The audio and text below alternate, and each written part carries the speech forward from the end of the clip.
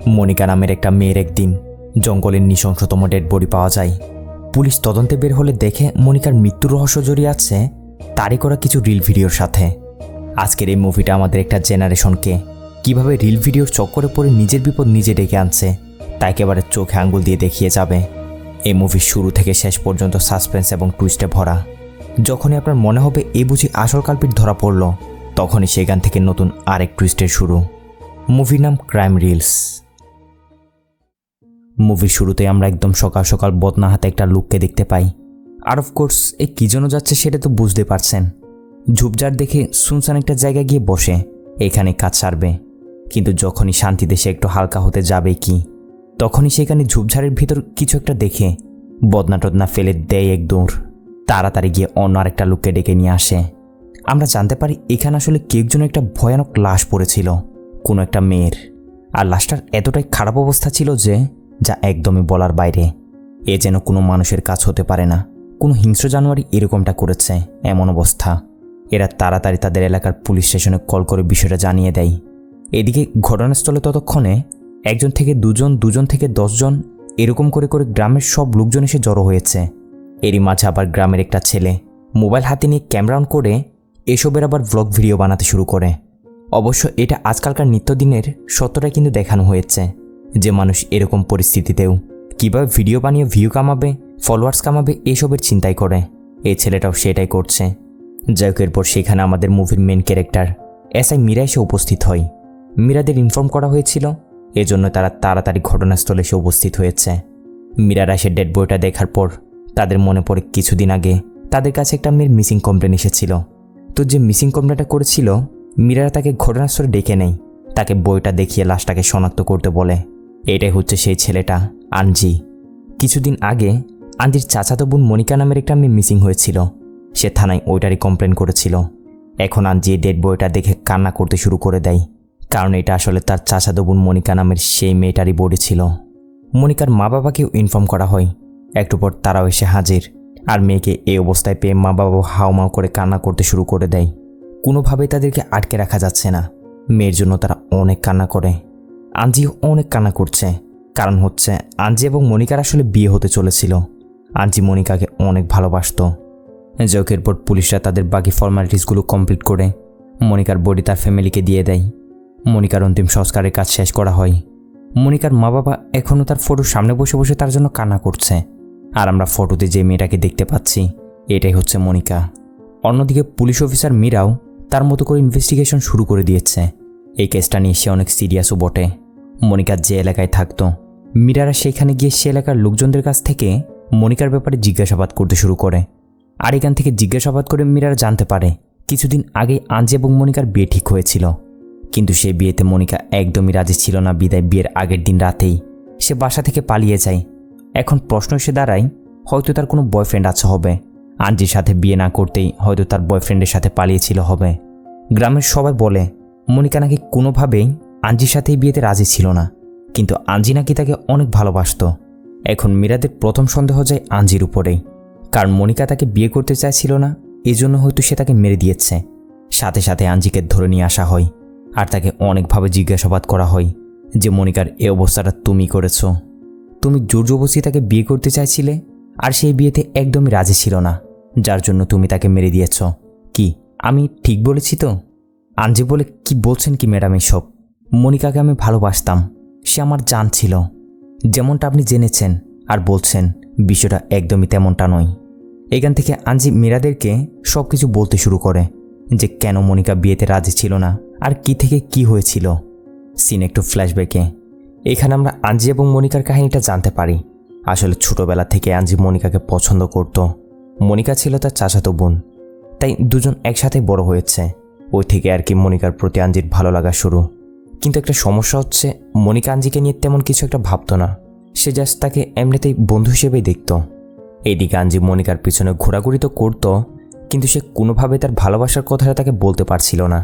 অবশ্য ইশারা ইঙ্গিতে অনেকবার বোঝানোর চেষ্টা তো করে, কিন্তু কাজ হয় না। যেহেতু মনিকা তার চাচাতো বোন ছিল, ওই দিক থেকে আঞ্জি তার ভালোবাসার কথাটা বলতে একটু ভয় পাচ্ছে আর কি। তো মনিকার একজন বেস্ট ফ্রেন্ড ছিল আঞ্জলি নামের এই মেয়েটা। আঞ্জলি এবং মনিকা প্রায় সময় একসাথেই থাকে, একসাথে কলেজ যায়, এদিক সেদিক ঘোরাঘুরি করে।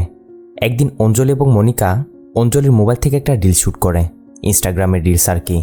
মনিকার কাছে কোনো মোবাইল ফোন ছিল না। রিলটা আপলোড দেওয়ার পর তারা দেখে ভালোই লাইক কমেন্ট আর ভিউজ হয়েছে। এ থেকে মনিকার ইচ্ছে জাগে সে আরও রিলস বানাবে, আরও ফেমাস হবে। কিন্তু সমস্যা হচ্ছে তার কাছে কোনো মোবাইল ফোন নেই। ব্যাস এরপর কি আর হওয়ার, সে তার মা বাবাকে এসে বলে তাকে একটা মোবাইল ফোন কিনে দিতে। বাহানা দেয় আজকালকার বেশিরভাগ পড়ালেখা নাকি অনলাইনের মাধ্যমে মোবাইল ফোনে হয়ে থাকে, এজন্যই নাকি তার একটা স্মার্টফোনের অনেক প্রয়োজন। কিন্তু তার বাবা মা তাকে এটা বলে না করে দেয় যে বেটা এখনও তোমাকে মোবাইল ফোন দেওয়ার সময় আসেনি, যখন আসবে আমরা নিজেরাই দেখব। এখন তোমার পড়ালেখা করার সময়, মন দিয়ে পড়ালেখা করো। এইসব মোবাইল ফোনের চক্করে পড়লে পড়ালেখা একদমই শেষ হয়ে যাবে। এইসব বলে আর কি মনিকার মা বাবা তাকে না করে দেয়।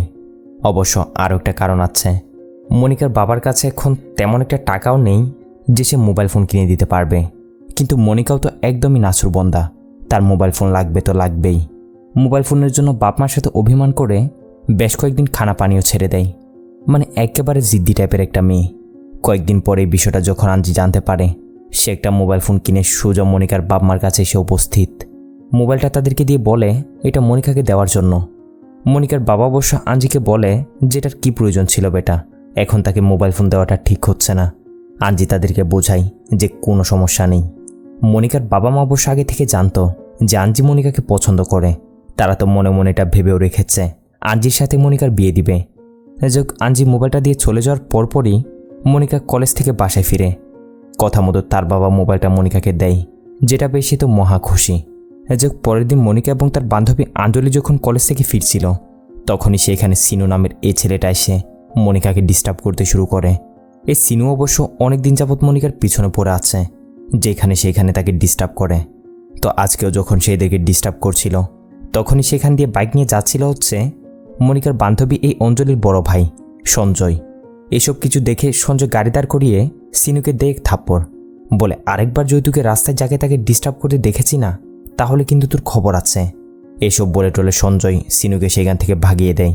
কিন্তু কিছুক্ষণ যেতে না যেতেই এদিকে খবরটা গিয়ে পৌঁছেছে আঞ্জির কানে। বেশ সোজা শেষে সিনুকে ধরে উত্তম মাধ্যম দিতে শুরু করে যে তুই আমার মনিকাকে ডিস্টার্ব কেন করেছিস।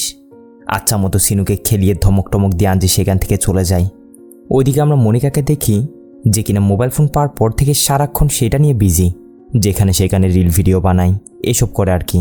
এরই মাঝে সে একদিন তার বাবা মাকে বলে, আচ্ছা মা, যদি আমি এমন কিছু একটা করি যাতে তোমাদের অনেক নাম হয়, সবাই আমাদেরকে চিনতে পারবে, টিভি নিউজ চ্যানেলে শুধু আমাদেরই নিউজ আসবে, তাহলে তোমাদের এটাতে কেমন লাগবে? মনিকার বাবা বলে, বেটা এরকমটা হলে আমাদের জন্য তো অনেক গর্বের বিষয়, কিন্তু তুমি করতে কি চাচ্ছ? মনিকা বলে ওঠে, বাবা আমি খুব শীঘ্রই অ্যাক্ট্রেস হতে চলেছি, এরপর মুভিজ টিভি সিরিয়ালে কাজ করতে চলেছি। আমার রিলস দেখে একজন প্রডিউসারের আমার অ্যাক্টিং পছন্দ হয়েছে, সে আমাকে অফার করছে তাদের সাথে কাজ করার জন্য। এটা শুনে মনিকার বাবা মা একদমই রেগে যায়, বিশেষ করে মনিকার মা। আচ্ছা মতো তাকে বকতে শুরু করে যে দিনের পর দিন তোর স্বভাব খারাপ হতেই চলেছে। পড়ালেখায় দিয়েছি, ভালো করে পড়ালেখা করে কিছু একটা হবি, তা না করে সবসময় সব রং তামাশার মধ্যে পড়ে আছিস। এইসব অ্যাক্ট্রেস হওয়ার চক্কর মাথা থেকে জলদি ফেল, না হলে কিন্তু অনেক খারাপ হবে। মনিকার বাবাও এতে একদমই না করে দেয়। তাদের আসলে ভয় এইসব মুভিতে কাজ করার চক্কর টক্করে পড়ে মেয়ের সাথে খারাপ কিছু না হয়ে যায়। মনিকা অনেক করে তার মাকে মানানোর চেষ্টা করলে এক পর্যায়ে ধরে তার মা বাবা তাকে বিয়ের পিড়িতে বসিয়ে দেয়, অর্থাৎ আঞ্জির সাথে তার বিয়ে ফিক্স করে দেয়, যেটাতে মনিকা একদমই নারাজ ছিল। আর এজন্যই বা অন্য কোনো কারণে সে বিয়ের আগের দিন রাতে বাসা থেকে পালিয়ে যায়, যেটা পুরো গ্রামে ছড়িয়ে পড়ে মনিকা তার বয়ফ্রেন্ডের সাথে পালিয়েছে। আঞ্জিরা অনেক খোঁজাখুঁজি করার পরও তাকে পায় না, যার জন্য আঞ্জি পুলিশ স্টেশনে কমপ্লেন করে তাকে খুঁজে দেওয়ার জন্য। আর এখন গিয়ে তাকে খুঁজে তো পাওয়া গেছে, কিন্তু তার ক্ষতবিক্ষত লাশ। মূলত এটাই হয়েছিল। এইভাবে আঞ্জি যা কিছু জানতো আর যা কিছু হয়েছে সব কিছু মীরাদেরকে খুলে বলে। আর এইসব শোনার পর মীরারাও বুঝতে পারে এইসবের পিছনে আঞ্জির কোনো হাত নেই, যার জন্য তাকে ছেড়ে দেওয়া হয়। কিন্তু এর পরের সিন থেকে দেখা যায় কেসটা সলভ করার জন্য মীরার উপর প্রচণ্ড প্রেশার আসতে শুরু করেছে। তার সিনিয়র অফিসার তো প্রেশার দিচ্ছেই, সাথে মিডিয়ার লোকজন তো লেগে আছে। মীরাও এক মিনিটও সময় নষ্ট না করে পরের সিনে জিজ্ঞাসাবাদের জন্য মনিকার ওই বেস্ট ফ্রেন্ড অঞ্জলির বাসায় এসে উপস্থিত। অঞ্জলির কাছ থেকে জিজ্ঞাসাবাদ করে যে বলো আমাদের সত্যিটা কি। আমরা জানি মনিকা তোমাকে নিশ্চয় কিছু না কিছু বলেছে হবে যে সে ওই দিন রাতে কোথায় চলে গেছিল। যদি তুমি আমাদের থেকে কিছু লুকিয়েছ না তাহলে একদমই খারাপ হবে কিন্তু। এভাবে মীরারা যখন অঞ্জলিকে ভয় দেখায় তখন অঞ্জলিও বলতে শুরু করে, আমার মনে হয় ম্যাডাম এই সব কিছু জনি করেছে। এখন আবার এই নতুন ক্যারেক্টার জনিটাকে এইটা দেখানোর জন্য সিনেমাদের আবারও ফ্ল্যাশব্যাকে নিয়ে যায়। মানে অঞ্জলি যা জানতো সেগুলো মীরাদেরকে বলতে শুরু করে আর কি। মনিকা মোবাইল ফোন পাওয়ার পর থেকেই উড়াদুরা রিলস করতে শুরু করেছে, আর তার রিলগুলো অনেক ভাইরাল হচ্ছিল। একদিন এসে মনিকা অঞ্জলিকে বলছে, দেখ আমার রিলস দেখে ফিল্মের একজন লোক আমাকে মেসেজ করেছে, সে আমাকে তাদের সাথে তাদের মুভিতে কাজ করাতে চায়। লোকটার নাম হচ্ছে জনি, সে আমাদের ফিল্ম ইন্ডাস্ট্রির সাথে জড়িত। শুনে অঞ্জলি বলে, বাহ, এটা তো গুড নিউজ, এই সুযোগটা তোমার হাতছাড়া করলে চলবে না। মনিকা মন খারাপ করে বলে, আমার মা বাবা জীবন ওইটার জন্য রাজি হবে না। অঞ্জলি বলে, তুই আঙ্কেল আন্টিকে বোঝা, তাদের মুড যখন একদম ভালো থাকবে তখনই তাদেরকে এ ব্যাপারে বুঝিয়ে বলিস, দেখবি কাজ হয়ে যাবে। বেশ, পরের সিনে মনিকা কথা মতো তার মা বাবাকে বিষয়টা বলতে যায়। আর এরপর কি হয়েছিল তা তো আমরা সবাই জানি। মনিকার বাবা মা না করে দেয়, আর বেশি জিদ করতে গেলে ধরে আঞ্জির সাথে তার বিয়ে ফিক্স করে দেয়। এরপর ওই রাতে মনিকা বাসা থেকে পালিয়ে যায়। অঞ্জলি বেশ এতটুকুই জানতো, যা সব কিছু মীরাদেরকে বলে। এখন মীরাদের সন্দেহ জনি নামের ওই যে ফিল্মের লোকটা মনিকাকে মেসেজ করেছিল, ওই রাতে মনিকার বাসা থেকে পালানোর পিছনে নিশ্চয়ই এরই হাত রয়েছে হবে। মীরারা অঞ্জলির কাছ থেকে সে জনির ইনস্টাগ্রাম আইডিটা নিয়ে নেয়। এরপর তাকে খুঁজতে লেগে যায়। মীরার উপর কেসটার জবরদস্ত প্রেশার, তার সিনিয়র অফিসার বারবার এসে তাকে বলছে তাড়াতাড়ি কেসটা সলভ করতে। এদিকে মীরা টেনশনের মধ্যে আছে এই জনির লোকেশন কীভাবে খুঁজে বের করা যায়। মীরাকে তার এই কনস্টেবলটা জবরদস্ত একটা আইডিয়া দেয়, বলে, ম্যাডাম আমার যতটুকু মনে হচ্ছে এই জনি লোকটা মেয়েদের রিলস দেখে তাদেরকে টার্গেট করছে। এর কোনো ফিল্ম ইন্ডাস্ট্রির লোকটুক না, এই মেয়েদের রিলস দেখে তাদেরকে টার্গেট করে তাদেরকে ফুসলিয়ে ফাসলিয়ে মুভিতে কাজ দিবে বলে নিয়ে গিয়ে হত্যা করছে। মনিকার সাথেও এটা করেছে হবে। এখন তাকে খুঁজে বের করার জন্য আমরা যদি এরকম একটা ফাঁদ তৈরি করি যে ফাঁদে সে নিজে এসে ধরা দেয়, তাহলে কেমন হয়? ম্যাডাম আমি বলতে চাইছি, আপনার একটা ইনস্টাগ্রাম আইডি খুলে সেটাতে আপনার কয়েকটা রিলস ভিডিও শ্যুট করব। এরপর সেগুলোই জনের অ্যাকাউন্টে সেন্ড করে তাকে বলবো যে আপনি এরকম ফিল্মে কাজ করতে চান। দেখবেন সে আপনাকে দেখে রিপ্লাই করবেই আর আমাদের জালে ফাঁসবেই।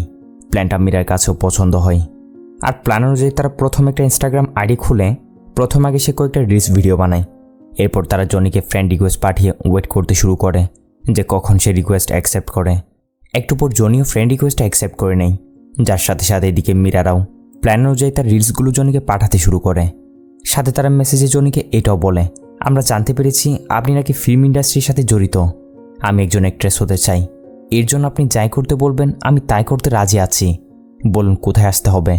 হে বেটার জনিও মেসেজ আর মীরার রিলসগুলো দেখে ফাঁদে পা দিয়ে দেয়। সাথে সাথেই রিপ্লাই করে সে মীরাকে হায়দ্রাবাদ আসতে বলে। মীরাও চালাকি করে জনির নাম্বার, তার লোকেশন সব কিছু নিয়ে নেয়। যার পরে সিনে তারা লোকেশন মতো গিয়ে এই বেটাকে ধরে, একেবারে আচ্ছা মতো খাতির যত্ন করে। তারপর মনিকার ফটো দেখিয়ে তাকে জিজ্ঞাসা করা হয় যে মেয়েটার সাথে তুমি এমনটা কেন করেছ, এরকম নৃশংসভাবে তাকে কেন মেরেছ। প্রথম দিকে অবশ্য জনি একদমই না করে দেয় যে সে নাকি মেয়েটাকে চেনে না, কিন্তু পিঠের উপর দু চারটা পড়ার পর বলতে শুরু করে, ম্যাডাম বিশ্বাস করুন, হ্যাঁ মেয়েটাকে আমি চিনি, কিন্তু তার মার্ডারের পিছনে আমার কোনো হাত নেই। এভাবে যা কিছু হয়েছিল জনিও মীরাদেরকে সব কিছু বলতে শুরু করে। আসল ঘটনা হচ্ছে এই জনি কোনো ফিল্ম ইন্ডাস্ট্রির লোকটুক না, এ জাস্ট এরকম মেয়েদেরকে টার্গেট করে তাদেরকে মুভিতে কাজ দেবে এরকম প্রলোভন দেখিয়ে তাদেরকে হায়দ্রাবাদ নিয়ে আসে। এরপর তাদেরকে দিয়ে খারাপ খারাপ বিজনেস করায়। সিন একটু ফ্ল্যাশব্যাকে যায়। ওই রাতে, অর্থাৎ যখন মনিকার বিয়ের প্রস্তুতি চলছিল, তখন জনি মনিকার মোবাইলে কল করতে শুরু করে। মনিকা অবশ্য কল রিসিভ করছিল না, কারণ সে জানতো এখন আর কিছু করার নেই, কাল তার বিয়ে হয়ে যাবে। এদিকে জনি তো থামছেই না, একের পর এক সে মনিকাকে কল করেই যাচ্ছে। অবশ্যই মনিকা কল রিসিভ করে জনিকে যখন সব কিছু বলে যে এরকম তার বিয়ে, তখন জনি মনিকাকে তার জালে ফাঁসানোর জন্য তাকে নানা রকমের প্রলোভন দেখাতে শুরু করে। বলে, এরকমের একটা সুযোগ তুমি জীবনও আর দুবার পাবে না। অনেক বড় বড় স্টার যেমন মহেশবাবু, আল্লু অর্জুন, তাদের সাথে কাজ করতে পারবে।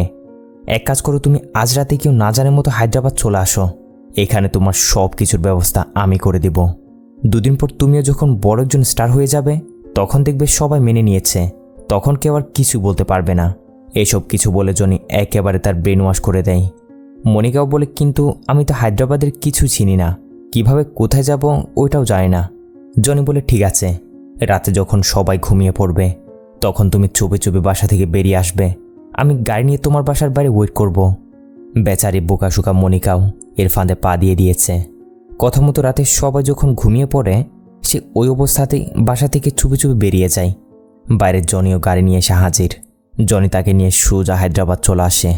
অবশ্য মনিকা তখনও বিয়ের সাজে ছিল, অর্থাৎ গায়ে দামি দামি গহনাগাটি এগুলো পরে আছে আর কি। জনি কি করে ফুসলিয়ে পাসলিয়ে এগুলো সামনে রাখবে বলে তার কাছ থেকে সেগুলো নিয়ে নেয়। বলে, যাও যাও, তুমি রিল্যাক্সে তোমার রুমে গিয়ে আরাম করো। কালকে অনেক বড় বড় প্রডিউসার আসবে, তারা তোমার সাথে মিটিং করবে। যদি আরাম না করো তাহলে তোমার শরীর তেমন একটা ভালো দেখাবে না। তাই যাও, জলদি গিয়ে ঘুমিয়ে পড়ো। এ বলে সে মনিকাকে তার রুমে পাঠিয়ে দেয়। সিন শিফট হয় পরবর্তী দিন। মনিকাকে জন্য যে ফ্ল্যাটে নিয়ে এসেছিল সেখানে আমরা দেখি কিছু লোক এসে হাজির, যারা কিনা সবাই বসে মিলে লাল পানি টানছে। আর অফকোর্স এগুলো কেমন টাইপের লোক তা তো দেখে বুঝতে পারছেন। একটু পর জনি সেখানে মনিকাকে নিয়ে আসে। মনিকাকে তারা জোর জবরদস্তি তাদের মাঝখানে বসিয়ে তার সাথে খারাপ করার চেষ্টা করছে। এদিক সেদিক তাকে টাচ করতে শুরু করে। মনিকা এখনও বুঝতে পারছে না তার সাথে এসব কী হচ্ছে। সেখান থেকে উঠে চলে আসার চেষ্টা করলেও কোনোভাবেই পারছে না। জনি তাকে জোর জবরদস্তি করছে, বলছে, আরে তোমাকে বেশি কিছু করতে হবে না, তুমি জাস্ট এদেরকে কোম্পানি দাও, এদের কথা মতো এদেরকে খুশি করে দাও, এরপর তোমাকে এরা টপ ক্লাসের নায়িকা বানিয়ে দিবে। ভালো কিছু পেতে হলে কিছু তো দিতেই হবে, আর এগুলো তো এখন কোনো বিষয় না। এইভাবে আর কি জনি মনিকাকে অনেক জোর জবরদস্তি করছে। অর্থাৎ সে লোকগুলোর কাছ থেকে টাকা খেয়ে মনিকাকে দিয়ে ব্যবসা করাচ্ছে আর কি।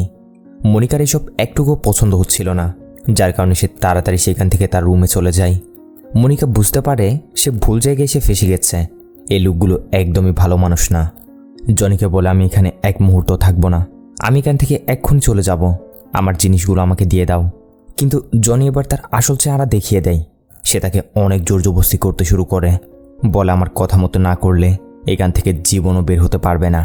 এইসব বলে জনি মনিকাকে এখানে আটকে রাখে। এখানে পড়ে পড়ে কান্না করা ছাড়া মনিকার কাছে আর কোনো উপায় নেই, কারণ তার কাছে কোনো মোবাইল ফোনও নেই যে কাউকে কল করে সাহায্য চাইবে। সব কিছু জনি নিয়ে নিয়েছে। এদিকে জনি দেখে মনিকা তার কোনো কাজে আসছে না। তার তো প্রচণ্ড রাগ হচ্ছে, কারণ সে তার ওই ক্লায়েন্টগুলোকে খুশি করতে পারেনি।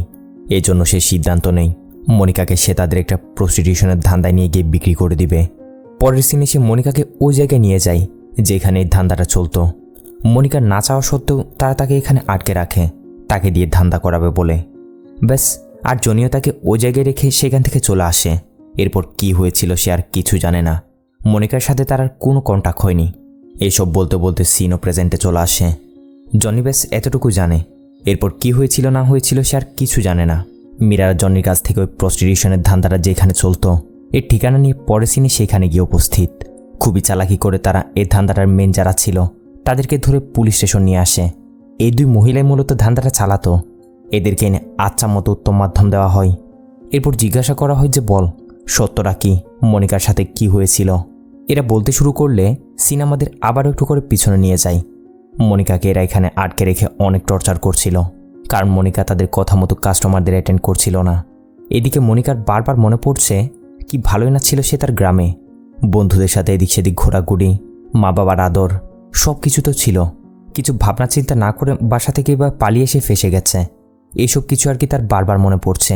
ঠিক তখনই তার কাছে কাস্টমারকে পাঠানো হয়, যে কিনা এসে মনিকার সাথে জোর জবরদস্তি করতে শুরু করে। মনিকা কী করে কাঁচের একটা বোতল নিয়ে এর মাথায় মেরে সেখান থেকে পালিয়ে যায়। এরা তাকে ধরার অনেক চেষ্টা তো করে, কিন্তু পারে না। মনিকা পালিয়ে কোথায় যে চলে গেছিল এরা এ ব্যাপারে আর কিছু জানে না। এভাবেই তারা সব কিছু মীরাদেরকে বলে। এখন মীরাদের কাছে প্রশ্ন এসে দাঁড়ায়, মনিকা সেখান থেকে পালিয়ে কোথায় গেছিল হবে। এই প্রশ্নের উত্তর খুঁজে বের করার জন্য তারা সেই এরিয়াটার আশেপাশে সিসিটিভি ফুটেজগুলো চেক করতে শুরু করে। আর তারা এখানে ক্লু একটা পেয়েও যায়। ফুটেজে দেখা যাচ্ছে মনিকা সেখান থেকে পালিয়ে কিছু দূর সামনে এসে একটা অটোতে এসে উঠে সেখান থেকে পালিয়েছে। ভাগ্যক্রমে তারা অটোটার নাম্বার প্লেটটাও দেখতে পায়, যা থেকে তারা সেই অটোওয়ালাটার বাকি ডিটেলসগুলো খুঁজে বের করে পরের সিনেই তাকে গিয়ে ধরে। মীরারা তো কনফার্ম ধরে নিয়েছে এই অটোওয়ালাটাই মনিকাকে মেরেছে। তো একে মনিকার ফটো দেখে জিজ্ঞাসা করা হয় যে এই মেয়েটা ওই দিন তোমার অটোতে উঠেছিল, তার সাথে তুমি কি করেছো। শকিংলি এই অটোওয়ালাটা যখন সব কিছু বলতে শুরু করে তখন কাহিনী অন্যদিকে মোড় নিয়ে নেয়। এই সব কিছু বলতে শুরু করলে আমরা দেখি ওই দিন মনিকা সেইখান থেকে পালিয়ে সোজা দৌড়াতে দৌড়াতে এই অটোটাতে এসে উঠে বসে পড়ে। বলতে শুরু করে, ভাই আমাকে এখান থেকে জলদি নিয়ে চলুন, কিছু লোক আমার পিছনে লেগে আছে, তারা আমাকে মেরে ফেলবে। অটোওয়ালাটা তো কিছু বুঝে উঠতে পারছে না। প্রথম দিকে তো সে মনিকাকে নাই করে দেয়, কারণ সে তার একজন যাত্রীর জন্য ওয়েট করছিল। অবশ্যই মনিকার কান্নাকাটি, তার আকুতি মিনতি দেখে অটোওয়ালা তার তাড়াতাড়ি অটো স্টার্ট করে তাকে সেখান থেকে সামনে নিয়ে যায়। কিছু দূর চলে আসার পর সে অটো দাঁড় করিয়ে মনিকাকে জিজ্ঞাসা করে যে, ম্যাডাম কই? পিছনে তো কেউ আসছে না এখন, আপনাকে কোন জায়গায় নামিয়ে দিয়ে আসতে হবে বলুন। মনিকার কাছ থেকে মোবাইল ফোন খোঁজে কাউকে কল করার জন্য। এও কথা মতো মনিকাকে তার মোবাইল ফোনটা দেয়। এরপর মনিকা কাউকে কল করে তার সাথে কথা বলে, সাহায্যের জন্য তাকে এখানে আসতে বলে। আবার এই জায়গাটা কোন জায়গা মনিকা সেটাও চেনে না, যার জন্য সে লোকটার সাথে অটোওয়ালাটার কথা বলিয়ে দেয়। এর ঘন্টা খানেক পর সেখানে কালো কালার একটা গাড়ি এসে দাঁড়ায়, যেটাতে বসে মনিকা তাড়াতাড়ি সেখান থেকে বেরিয়ে গেছিল। অটোওয়ালাটা বাস এতটুকুই জানে, এরপর কি হয়েছিল না হয়েছিল এই ব্যাপারে সে আর কিছু জানে না। এইভাবে মীরাদেরকে সব কিছু তো বলে, কিন্তু মীরাদের তার কথাই এখনও বিশ্বাস হচ্ছে না, যার কারণে তারা ওই জায়গাটারও সিসিটিভি ফুটেজ কালেক্ট করে সেগুলো চেক করতে শুরু করে। মানে ওই জায়গাটার আর কি, যেখানে ঘটনাটা হয়েছিল। আর লাকিলি এখানে দেখা যায় অটোওয়ালাটা সব কিছু সত্যি বলেছে। মানে কালো কালার একটা কার এসে মনিকাকে নিয়ে গেছে। মীরারা এখানে কারটার নাম্বার প্লেট থেকে এই কারের মালিকের ডিটেলসও পেয়ে যায়। আর এই গাড়িটা কার ছিল জানেন? মনিকাদের গ্রামের ওই লুচ্চা লাফাঙ্গা সিনুর, অর্থাৎ যে একদিন মনিকারা কলেজ থেকে আসার সময় তাদের ডিস্টার্ব করছিল না, সে সিনু আর কি। বেশ, সাথে সাথে মীরারা সিনুকে ধরার জন্য গিয়ে উপস্থিত। আমরা তখন সিনুকে দেখি যে কিনা কেউ একজনকে পাউডার সাপ্লাই দিচ্ছে। পাউডার মানে কি পাউডার বুঝতে তো পারছেন। পুলিশদের দেখা মাত্রই সিনু সেখান থেকে দেয় এক দৌড়, কিন্তু পালিয়ে যাবে কই? শেষমেশ মীরারা তাকে ধরে ফেলে। এরপর পুলিশ স্টেশন নিয়ে এসে আচ্ছা মতো খাতির যত্ন করা হয়, সাথে জিজ্ঞাসা করা হয় যে বল আসল সত্য কি। সিনু বলে, ম্যাডাম বিশ্বাস করুন, আমি কিছু করিনি। আমি তো মনিকাকে ডিস্টার্ব করার পর ওই দিন যে মারগুলো খেয়েছিলাম, ওই দিনে আমি শিক্ষা হয়ে গেছিলাম। আর আপনাদেরকে দেখে আমি এই জন্য পালাচ্ছিলাম, কারণ আমি পাউডার সাপ্লাই করে থাকি। আমি মনে করেছিলাম আপনারা হয়তো আমার এই ব্যাপারে জেনে গেছিলেন, এই জন্য আমি পালাচ্ছিলাম ম্যাডাম। সিনু সব কিছু অস্বীকার করলে মীরার তাকে সব প্রমাণগুলো দেখিয়ে বলে যে দেখ, এটা তো তোরই গাড়ি তাই না? ওই দিন রাতে মীরাকে তুই গিয়ে পিক আপ করেছিলি, এরপর তাকে হত্যা করেছিস। এটা শুনে সিনু বলে, আরে ম্যাডাম কি বলছেন কি এসব? আমার গাড়িটা তো দুদিনের জন্য আমার বন্ধুর কাছে ছিল, এ তো দুদিন আগে সে আমাকে গাড়িটা দিয়ে গেছে। মীরারা বুঝে যায়, তার মানে সিনুর ওই বন্ধু যার কাছে গাড়িটা ছিল সেই মনিকাকে গিয়ে পিক আপ করেছিল, আর সেই তাকে মেরেছে হবে। সিনুকে জিজ্ঞাসা করা হয়, তোমার বন্ধুরা কে সে? সিনু বলতে শুরু করলে আমরা দেখি তার এই বন্ধুটা অন্য কেউ নয়, এটা ছিল ওই সঞ্জয়, মনিকার বেস্ট ফ্রেন্ড অঞ্জলির ভাই। তারা 4-5 জনের একটা গ্যাং, সবাই মিলে সব সময় একসাথে বসে আড্ডা দেয়, অনেক বাজেভাবে নেশা টেশা করে। তো সঞ্জয় মূলত সিনুর কাছ থেকে তার গাড়িটা নিয়েছিল কয়েকদিনের জন্য ট্যুরে যাবে বলে, কিন্তু এরপর কি হয়েছিল না হয়েছিল এই ব্যাপারে সিনু আর কিছু যায় না। সঞ্জয়ের সাথে এরপর তার কোনো কন্ট্যাক্টও হয়নি। এইসব বলছিল কি তখনই কনস্টেবল এসে মীরাকে জানায় ওই রাতে অটোওয়ালার কাছ থেকে মোবাইল নিয়ে মনিকা যে নাম্বারটাতে কল করেছিল সেটা অন্য কারো নয়, সেই নাম্বারটা ছিল তার বেস্ট ফ্রেন্ড অঞ্জলিরই। তার মানে আসল কালপিট কি মনিকার বান্ধবী অঞ্জলি? চলুন দেখা যাক। এক মুহূর্ত দেরি না করে মীরার সাথে সাথে অঞ্জলির বাসায় এসে উপস্থিত, তাকে গিয়ে ধরে প্রথমতে 2-4টা লাগিয়ে দেয়। এরপর জিজ্ঞাসা করে, ওই রাতে মনিকা তোমার মোবাইলে কল করেছিল, তুমি সেটা আমাদের থেকে লুকিয়েছ কেন? আমাদের মিথ্যা কেন বলেছ? দেখি তোমার মোবাইল দাও, এক্ষুনি দাও। অঞ্জলি কান্না করে করে বলতে শুরু করে, ম্যাডাম আমার মোবাইল তো আমার কাছে নেই, ওই দিনে আমার ভাই আমার থেকে মোবাইল নিয়ে নিয়েছিল যেদিন মনিকা বাসা থেকে পালিয়েছিল। এখানে আমরা দেখতে পাই অঞ্জলি যখন তখন রিলস ভিডিও বানাতো, এদিকে মনিকা যে পালিয়ে গেছে সেটা পুরো গ্রামে ছড়িয়ে পড়েছে। তো সঞ্জয় সে যখন দেখে তার বোনও সবসময় মোবাইল হাতে নিয়ে এইসব করে, সবসময় মোবাইলের ভিতর ঢুকে থাকে, যাতে মোবাইলের চক্করে পড়ে মনিকার মতো সেও কিছু না করে বসে, এই জন্য সঞ্জয় অঞ্জলির কাছ থেকে মোবাইলটা নিয়ে নেয়, তার কাছে রেখে দেয়। আর এইগুলো শোনার পর মীরাদের সব কিছু ক্লিয়ার হয়ে যায়, অঞ্জলির ভাই সঞ্জয় হচ্ছে আসল কালপ্রিট। এখন জাস্ট তাকে ধরে পুরো ঘটনাটা তার মুখ দিয়ে স্বীকার করানোটা বাকি। মীরারা এদিক সেদিক সঞ্জয়কে খুঁজতে লেগে যায়, আর তাই খুঁজে বের করতে তাদের সাহায্য করে হচ্ছে তাদের ড্রোন ক্যামেরা। মীরারা ড্রোন ক্যামেরা দিয়ে দেখে বর্তমানে সঞ্জয়রা কোথায় রয়েছে। দেখা যায় এই জায়গায় বসে বসে সঞ্জয় এবং তার গ্যাংটা প্রচুর পরিমাণে নেশা করছিল। মীরারা তাদেরকে গিয়ে ধরবে কি, পুলিশদের দেখে তারা সাথে সাথে সেখান থেকে পালাতে শুরু করে। তাদের মধ্যে জবরদস্ত একটা চেজিং হতে শুরু করে। কিন্তু কথা আছে না, কানুন কি হাত বহুত লম্বে হতে হে? সেই লম্বা লম্বা হাতগুলো দিয়ে মীরারা সঞ্জয়কে সহ তার গ্যাংয়ের বাকি 3 জনকেও ধরেই নেয়। মারতে মারতে গাড়িতে তুলে তাদেরকে নিয়ে যাচ্ছে। আর গাড়িতে তাদেরকে পুরো ঘটনা কি সেটা বলতে বলে। এখানে আমরা আসল ঘটনা জানতে পারি। আসলে সঞ্জয়, সিনু এবং বাকি আরও 3 জন, তারা সবাই মিলে একটা গ্রুপ ছিল। কিন্তু সিনু ওই দিন তাদের সাথে ছিল না। একদিন সঞ্জয় সহ বাকি 3 জন বসে বসে তারা নেশা করছিল আর বর্তমানের মেয়েরা যে খারাপ খারাপ ভিডিও বানায় সেগুলো নিয়ে কথা বলছে। এদের মধ্যে একজন বলে ওঠে, ভাই শুধু শহরের মেয়েরাই আপডেট হয়নি, আমাদের গ্রামের মেয়েরাও আপডেট হয়েছে। আমাদের গ্রামের মনিকা আছে না, তার রিলগুলো একেবারে মনের মধ্যে আগুন ধরিয়ে দেওয়ার মতো। উফ কি ফিগার। এইসব বলে তার সঞ্জয়কে মনিকার রিল ভিডিওগুলো দেখাতে শুরু করে, যেগুলো সত্যি একটু অশ্লীল টাইপের ছিল। মানে লাইক ফলোয়ার্সের জন্য করে না, ওই রকম আর কি, ছোট ছোট কাপড় পরে। এইসব দেখে তারা মনিকায় খারাপ নজর দেখতে শুরু করে, যে এতদিন তাকে কী রূপে দেখেছিলাম আর ভিডিওতে কী রূপে দেখছি। মনিকার ফিগারের দিকেও তাদের নজর যায়। যাক, ওই দিন এতটুকুতে তাদের কথাবার্তা শেষ হয়। এর কিছুদিন পর একদিন রাতে তারা আবারও তাদের গ্যাংটা এক জায়গায় বসে মিলে নেশা করছিল। সিনুর গাড়িটা তখন সঞ্জয়ের কাছে ছিল। আর যেমনটা আমরা জানি, সঞ্জয় তার বোন অঞ্জলির মোবাইলটা নিয়ে নিয়েছিল না, ওই মোবাইলটাও তখন তার কাছে ছিল। ঠিক তখনই মোবাইলটাতে মনিকার কল আসতে শুরু করে। আর এখান থেকে আমরা জানতে পারি মনিকা ওইদিকে অটোতে বসে যার কাছে কলটা করছিল সেটা মূলত তার বান্ধবী অঞ্জলিকেই করছিল, অর্থাৎ সাহায্যের জন্য আর কি। তো সঞ্জয় কলটা রিসিভ করে। মনিকাও সঞ্জয়ের গলা শুনে তাকে বলে যে, ভাইয়া এরকম এরকম কাহিনী, প্লিজ এসে আমাকে এখান থেকে নিয়ে যান। সঞ্জয় অ্যাড্রেসটা জেনে নেয় আর বলে সে কিছুক্ষণের মধ্যে এসে তাকে নিয়ে যাবে। এদিকে এসব কিছু জানার পর সঞ্জয়ের গ্যাংয়ের বাকি 3 জন তাকে বলতে শুরু করে, ভাই দেখ, এই মেয়েটা আসলে অনেক খারাপ, না হলে সে বাসা থেকে পালিয়েছিল কেন? এখন তোকে সাহায্যের জন্য ডাকছে। এমন একটা আগুন ফিগারওয়ালি মেয়ে যদি কোনো রকমের বন্দোবস্ত হয়ে যায় না, তাহলে জীবন একেবারে ধন্য হয়ে যাবে। এরকম একটা সুযোগ ঘুরে ফিরে আমাদের কাছে কেন আসলো ভেবে দেখ। চল গিয়ে তাকে নিয়ে আসি, আর আজকে পুরো রাত এনজয় হবে। এইসব বলে তারা 4 জন ওই লোকেশনে গিয়ে মনিকাকে তাদের গাড়িতে তুলে সেখান থেকে রওনা দেয়। প্রথমে অবশ্য গাড়িতে শুধু সঞ্জয় ছিল, বাকি 3 জন মাঝপথ থেকে উঠে, যাতে করে মনিকা প্রথমে কিছু বুঝতে না পারে আর কি। ব্যাস, এরপর কি আর হওয়ার। একের পর এক মিলে মনিকাকে গাড়ির ভিতরেই নৃশংসভাবে তাকে ভোগ করতে শুরু করে। ব্যথায় যন্ত্রণায় মনিকা ছটফট করছিল, অনেক আকুতি মিনতি করছিল, কিন্তু এই পশুগুলো তাকে রেহাই দেয় না।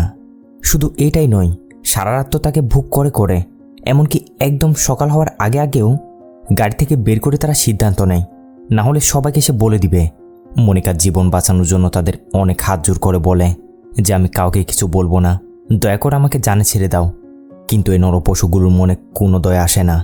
এরা আবারও তার সাথে একের পর এক খারাপ করে ভয়ানকভাবে পাথর দিয়ে মেরে তাকে জায়গায় শেষ করে দেয়। আর এসব করে তারা সব প্রমাণ মিটিয়ে তাড়াতাড়ি সেখান থেকে পালিয়ে যায়। এইটাই ছিল মনিকার মৃত্যুর আসল রহস্য। সিন প্রেজেন্টে সব কিছু জানার পর আমরা দেখি মীরারা সঞ্জয়দেরকে শুনশান একটা জায়গায় নিয়ে আসে। সবাইকে লাইন ধরে মাটিতে বসিয়ে প্রথমে আগে আচ্ছা মতো ধুলাই করা হয়। এদিকে এত কিছু করার পরও সঞ্জয় বলছিল, আমরা যা করেছি একদম ঠিকই করেছি। মনিকার মতো মেয়েরা তারা নিজেরাই তো সমাজে অশ্লীলতা ছড়াচ্ছে, ছোট ছোট কাপড় পরে অশ্লীল অঙ্গিভঙ্গি করে রিলস ভিডিও বানিয়ে আবার সেগুলো আপলোডও করছে। আপনি তাকে কোন অ্যাঙ্গেল থেকে ভালো মেয়ে বলবেন? এরকম মেয়ের সাথে যেরকমটা হওয়া উচিত আমরা সেরকমটাই করেছি। আপনি যেটাই বলবেন বলুন, আমাদের জায়গায় আমরা সঠিক। এসব শুনে মীরা বলে, তোমাদের চিন্তা ভাবনার মধ্যে সমস্যা আছে। একটা মেয়ে তার নিজের মতো করে জীবনযাপন করবে নাকি কারো কথা মতো? আর এই কথাটা শুধুমাত্র একজন মানুষই তো বুঝতে পারবে, তোমাদের মতো পশুরা নয়। এসব বলে মীরা এদের 4 জনের উপরে পেট্রোল ঢেলে 4 জনকেই ওইরকম করে শেষ করে দেয়, যেরকমটা তারা মনিকার সাথে করেছিল। আর সত্যি এই দৃশ্যটা দেখে ভালোই লেগেছে। জেলে নিয়ে গিয়ে বসে বসে খাওয়ানোর চেয়ে যেমন কর্ম তেমন ফল দিয়ে দিয়েছে, এইটাই ভালো। এই বিষয়টা আপনাদের কেমন লেগেছে তা অবশ্যই কমেন্ট বক্সে জানিয়ে দিন। সাথে কিছু কথা আপনাদের বলে যেতে চাই। সত্যি বর্তমানে যে কোনো সোশ্যাল মিডিয়াতে ঢুকলেই যে অবস্থাটা দেখা যায়, তা থেকে ধারণা করা যায় দুনিয়া কোন দিকে যাচ্ছে।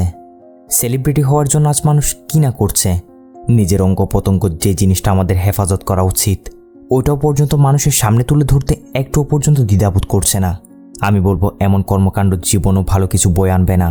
ক্ষণিকের জন্য আপনি ফেমাস হবেন, সেলিব্রিটি হবেন তো ঠিকই, কিন্তু মৃত্যুর পরের জবাবদিহিতা ঠিকই করতে হবে।